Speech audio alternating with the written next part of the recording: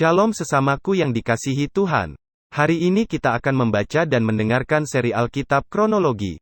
Selamat mendengarkan. Setelah semuanya itu, Allah mencoba Abraham. Ia berfirman kepadanya, Abraham. Lalu sahutnya, Ya Tuhan. firman-Nya, Ambillah anakmu yang tunggal itu, yang engkau kasihi, yakni Ishak. Pergilah ke tanah Moria, dan persembahkanlah dia di sana, sebagai korban bakaran pada salah satu gunung yang akan kukatakan kepadamu. Keesokan harinya, pagi-pagi, bangunlah Abraham.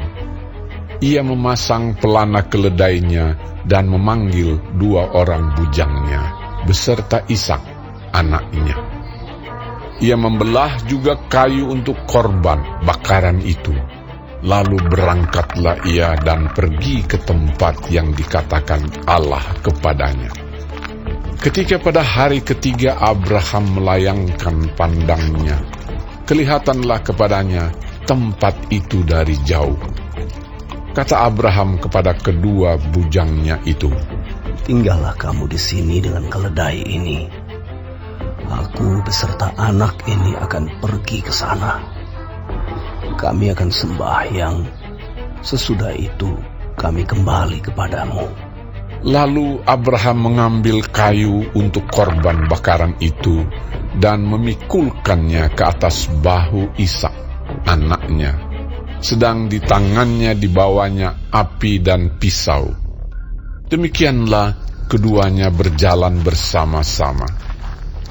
Lalu berkatalah Ishak kepada Abraham ayahnya. Bapa, Sahut Abraham. Ya anakku. Bertanyalah ia. di sini sudah ada api dan kayu.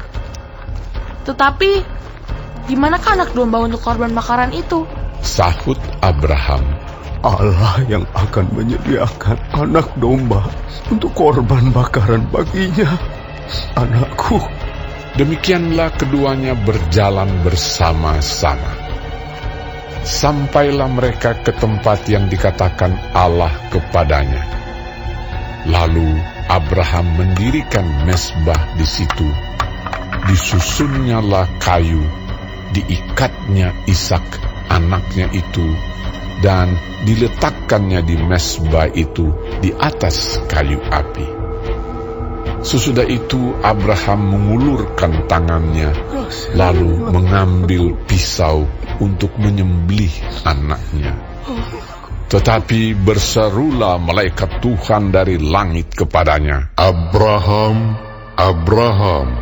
Sahutnya. Ya Tuhan. Lalu ia berfirman, Jangan bunuh anak itu, dan jangan kau apa-apakan dia. Sebab telah ku ketahui sekarang bahwa engkau takut akan Allah, dan engkau tidak segan-segan untuk menyerahkan anakmu yang tunggal kepadaku. Lalu Abraham menoleh dan melihat seekor domba jantan di belakangnya, yang tanduknya tersangkut dalam belukar. Abraham mengambil domba itu, lalu mengorbankannya sebagai korban bakaran pengganti anaknya. Dan Abraham menamai tempat itu Tuhan menyediakan. Sebab itu sampai sekarang dikatakan orang, di atas gunung Tuhan akan disediakan. Untuk kedua kalinya berserulah malaikat Tuhan dari langit kepada Abraham. Katanya, Aku bersumpah demi diriku sendiri, demikianlah firman Tuhan. Karena engkau telah berbuat demikian, dan engkau tidak segan-segan untuk menyerahkan anakmu yang tunggal kepadaku, maka aku akan memberkati engkau berlimpah-limpah, dan membuat keturunanmu sangat banyak, seperti bintang di langit, dan seperti pasir di tepi laut, dan keturunanmu itu akan menduduki kota-kota musuhnya. Oleh keturunanmu lah semua bangsa di bumi akan mendapat berkat, karena engkau mendengarkan firman-Ku. Kemudian kembalilah Abraham kepada kedua bujangnya, dan mereka bersama-sama berangkat ke Beersheba, dan Abraham tinggal di Beersheba. Sesudah itu Abraham mendapat kabar, juga Milka telah melahirkan anak-anak lelaki bagi Nahor, saudaramu, Us anak sulung, dan Bus adiknya, dan Kemuel ayah Aram, juga Keset, Haso, Pildas, Yitlaf, dan Bituel. dan Betuel memperanakan Ribka. Kedelapan orang inilah dilahirkan Milka bagi Nahor, saudara Abraham itu. Dan gundik Nahor yang namanya Reuma melahirkan anak juga, yakni Tebah, Gaham, Tahash, dan Maaka.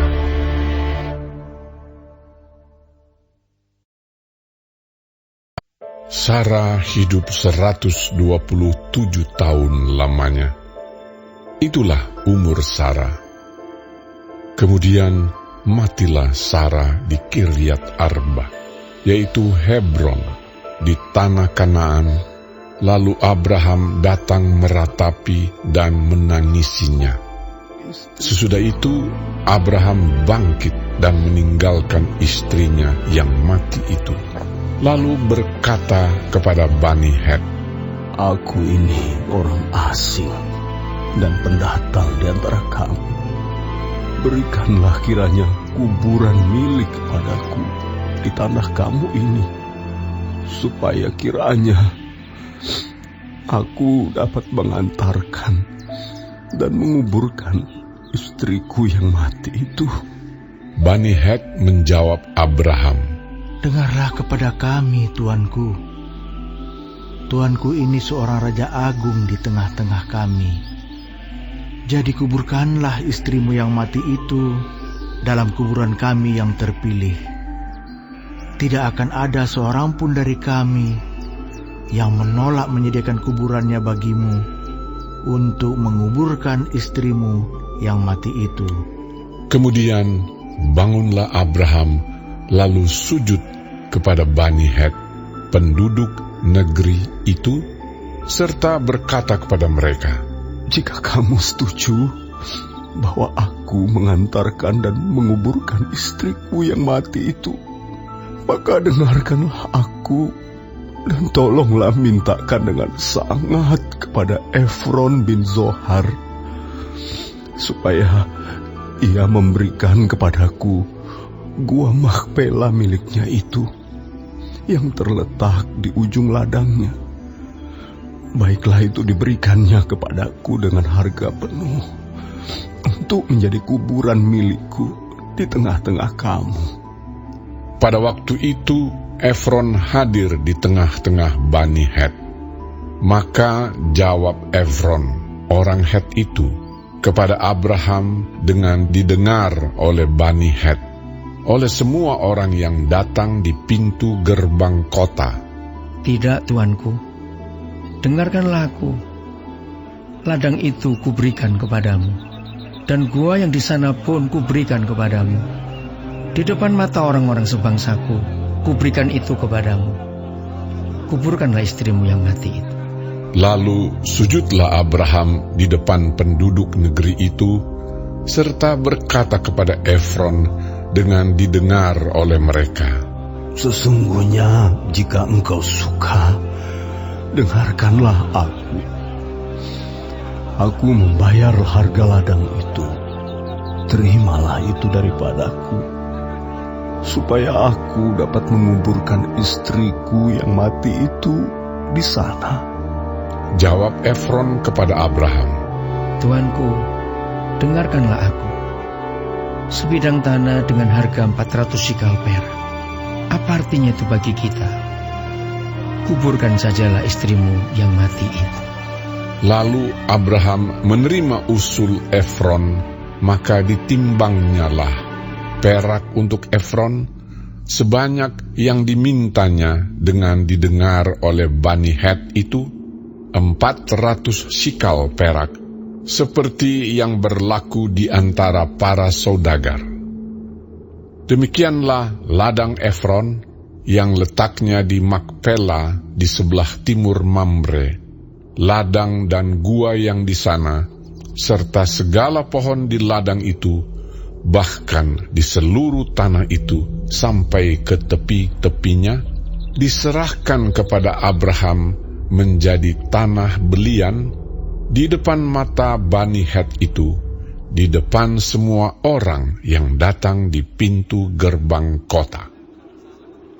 Sesudah itu Abraham menguburkan Sarah, istrinya, di dalam gua ladang Makpela itu di sebelah timur Mamre, yaitu Hebron di tanah Kanaan. Demikianlah dari pihak Bani Het, ladang dengan gua yang ada di sana diserahkan kepada Abraham menjadi kuburan miliknya.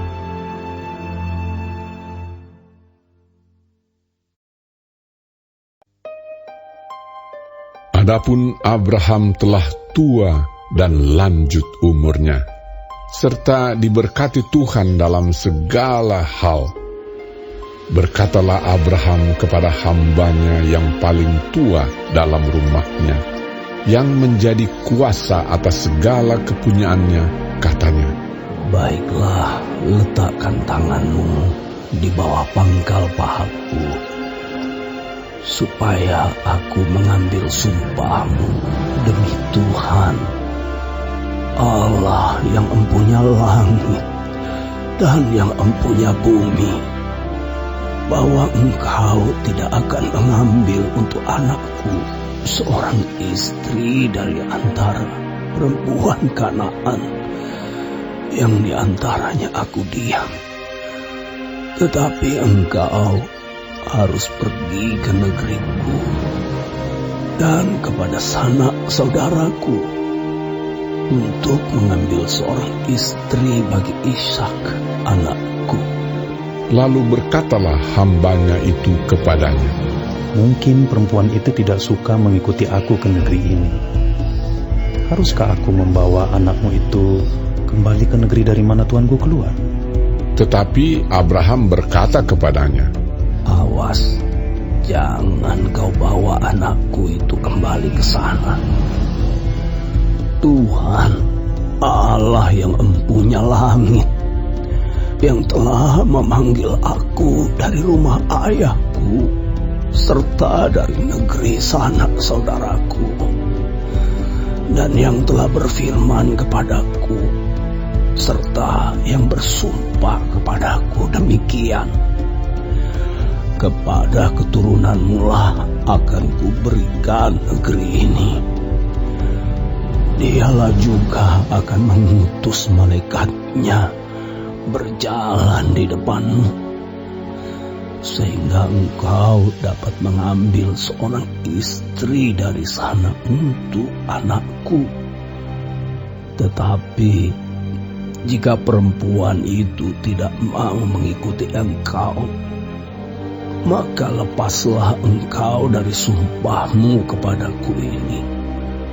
Hanya saja, janganlah anakku itu kau bawa kembali ke sana."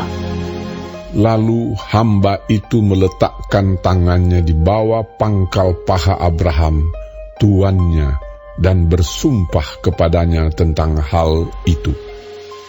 Kemudian hamba itu mengambil 10 ekor dari unta tuannya dan pergi dengan membawa berbagai-bagai barang berharga kepunyaan tuannya.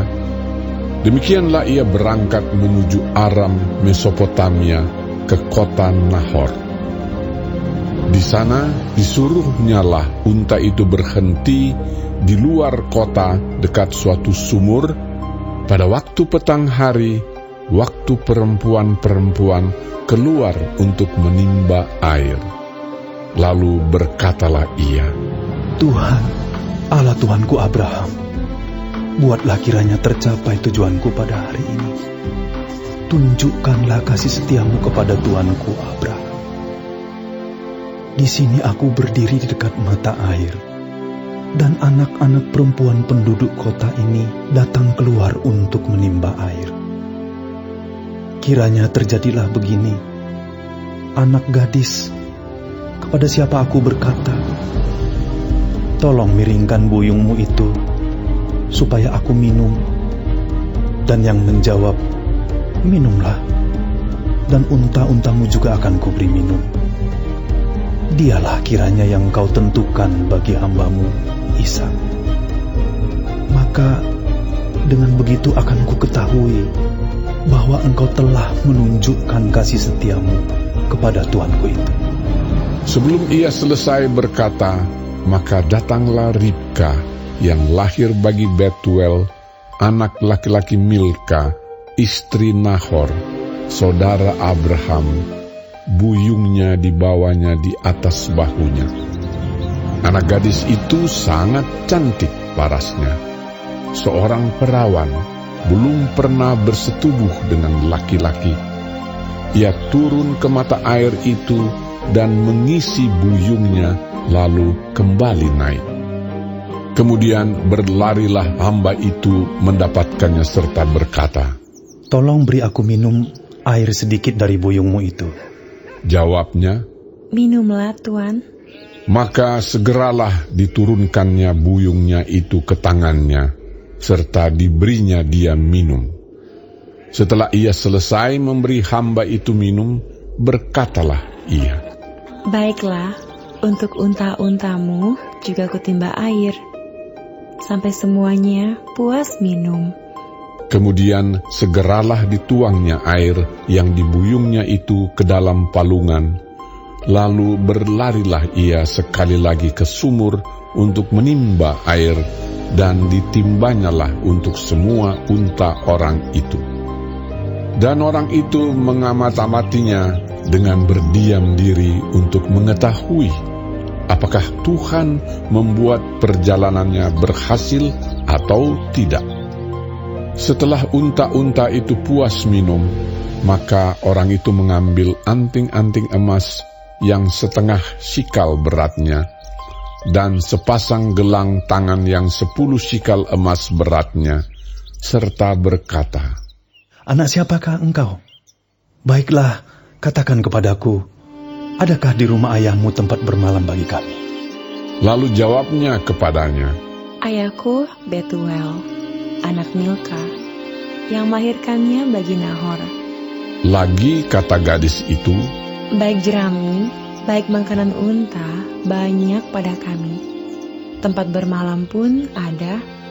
Lalu berlututlah orang itu dan sujud menyembah Tuhan serta berkata, terpujilah Tuhan, Allah Tuanku Abraham, yang tidak menarik kembali kasihnya dan setianya dari tuanku itu. Dan Tuhan telah menuntun aku di jalan ke rumah saudara-saudara tuanku ini. Berlarilah gadis itu pergi menceritakan kejadian itu ke rumah ibunya. Ribka mempunyai saudara laki-laki, namanya Laban. Laban berlari keluar mendapatkan orang itu ke mata air tadi.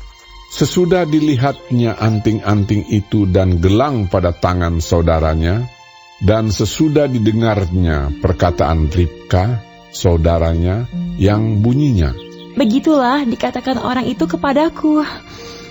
Ia mendapatkan orang itu yang masih berdiri di samping unta-untanya di dekat mata air itu, dan berkata, marilah engkau yang diberkati Tuhan, mengapa engkau berdiri di luar? Padahal telah kusediakan rumah bagimu dan juga tempat untuk unta-untamu. Masuklah orang itu ke dalam rumah. Ditanggalkanlah pelana unta-unta, diberikan jerami dan makanan kepada unta-unta itu, lalu dibawa air pembasuh kaki untuk orang itu dan orang-orang yang bersama-sama dengan dia. Tetapi ketika dihidangkan makanan di depannya, berkatalah orang itu, aku tidak akan makan sebelum kusampaikan pesan yang kubawa ini. Jawab Laban, silakan. Lalu berkatalah ia, aku ini hamba Abraham. Tuhan sangat memberkati tuanku itu, sehingga ia telah menjadi kaya. Tuhan telah memberikan kepadanya kambing, domba dan lembu sapi, emas dan perak, budak laki-laki dan perempuan, unta dan keledai. Dan Sara, istri tuanku itu, sesudah tua, telah melahirkan anak laki-laki bagi tuanku itu. Kepada anaknya itu telah diberikan tuanku segala harta miliknya. Tuanku itu telah mengambil sumpahku, engkau tidak akan mengambil untuk anakku seorang istri dari antara perempuan Kanaan, yang negerinya kudiami ini. Tetapi engkau harus pergi ke rumah ayahku dan kepada kaumku untuk mengambil seorang istri bagi anakku. Jawabku kepada tuanku itu, mungkin perempuan itu tidak mau mengikut aku. Tetapi katanya kepadaku, Tuhan, yang di hadapannya aku hidup, akan mengutus malaikatnya menyertai engkau, dan akan membuat perjalananmu berhasil, sehingga engkau akan mengambil bagi anakku seorang istri dari kaumku dan dari rumah ayahku. Barulah engkau lepas dari sumpahmu kepadaku. Jika engkau sampai kepada kaumku, dan mereka tidak memberikan perempuan itu kepadamu, hanya dalam hal itulah engkau lepas dari sumpahmu kepadaku. Dan hari ini, aku sampai ke mata air tadi, lalu kataku, Tuhan, Allah Tuanku Abraham, sudilah kiranya engkau membuat berhasil perjalanan yang kutempuh ini. Di sini aku berdiri di dekat mata air ini. Kiranya terjadi begini. Apabila seorang gadis datang keluar untuk menimba air, dan aku berkata kepadanya, tolong berikan aku minum air sedikit dari buyungmu itu. Dan ia menjawab, minumlah, dan untuk unta-untamu juga akan kutimba air. Dialah kiranya istri yang telah Tuhan tentukan bagi anak tuanku itu. Belum lagi aku habis berkata dalam hatiku, Ribka telah datang membawa buyung di atas bahunya dan turun ke mata air itu, lalu menimba air. Kataku kepadanya, tolong berikan aku minum. Segeralah ia menurunkan buyung itu dari atas bahunya serta berkata, minumlah, dan unta-untamu juga akan kuberi minum. Lalu aku minum, dan unta-unta itu juga diberinya minum. Sesudah itu aku berkata kepadanya, anak siapakah engkau? Jawabnya, ayahku Betuel, anak Nahor yang dilahirkan Milka. Lalu aku mengenakan anting-anting pada hidungnya dan gelang pada tangannya. Kemudian berlututlah aku dan sujud menyembah Tuhan, serta memuji Tuhan, Allah Tuanku Abraham, yang telah menuntun aku di jalan yang benar untuk mengambil anak perempuan saudara tuanku ini bagi anaknya. Jadi sekarang, apabila kamu mau menunjukkan kasih dan setia kepada tuanku itu, beritahukanlah kepadaku, dan jika tidak, beritahukanlah juga kepadaku, supaya aku tahu entah berpaling ke kanan atau ke kiri. Lalu Laban dan Betuel menjawab, semuanya ini datangnya dari Tuhan. Kami tidak dapat mengatakan kepadamu baiknya atau buruknya. Lihat, Ribka ada di depanmu. Bawalah dia dan pergilah, supaya ia menjadi istri anak Tuhanmu, seperti yang difirmankan Tuhan. ketika hamba Abraham itu mendengar perkataan mereka, sujudlah ia sampai ke tanah menyembah Tuhan. Kemudian hamba itu mengeluarkan perhiasan emas dan perak serta pakaian kebesaran dan memberikan semua itu kepada Ribka. Juga kepada saudaranya dan kepada ibunya diberikannya pemberian yang indah-indah. Sesudah itu makan dan minumlah mereka, ia dan orang-orang yang bersama-sama dengan dia, dan mereka bermalam di situ. Paginya sesudah mereka bangun, berkatalah hamba itu, "Lepaslah aku pulang kepada tuanku." Tetapi saudara Ribka berkata, serta ibunya juga. Biarkanlah anak gadis itu tinggal pada kami barang 10 hari lagi. Kemudian, bolehlah engkau pergi. Tetapi jawabnya kepada mereka, Janganlah tahan aku, sedang Tuhan telah membuat perjalananku berhasil. Lepaslah aku, supaya aku pulang kepada tuanku. Kata mereka, Baiklah, kita panggil anak gadis itu dan menanyakan kepadanya sendiri. Lalu mereka memanggil Ribka dan berkata kepadanya, Maukah engkau pergi beserta orang ini? Jawabnya, Mau. Maka Ribka, saudara mereka itu, dan inang pengasuhnya beserta hamba Abraham dan orang-orangnya dibiarkan mereka pergi. Dan mereka memberkati Ribka, kata mereka kepadanya, Saudara kami, moga-moga engkau menjadi beribu-ribu laksa, dan moga-moga keturunanmu menduduki kota-kota musuhnya. Lalu berkemaslah Ribka beserta hamba-hambanya perempuan, dan mereka naik unta mengikuti orang itu. Demikianlah hamba itu membawa Ribka lalu berjalan pulang.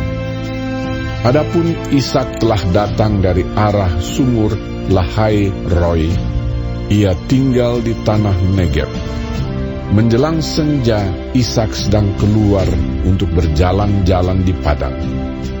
Ia melayangkan pandangnya, maka dilihatnyalah ada unta-unta datang.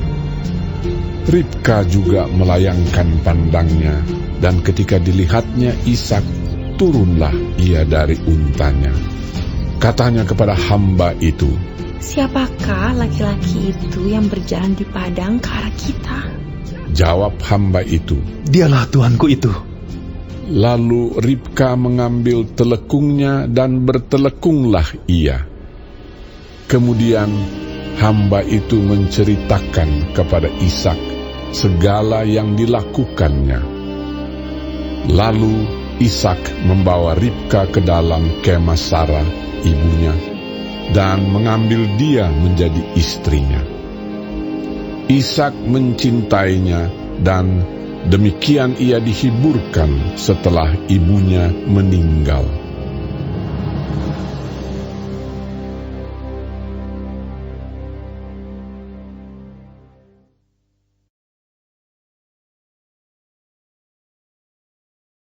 Hari ini kita telah mendengarkan seri Alkitab Kronologi.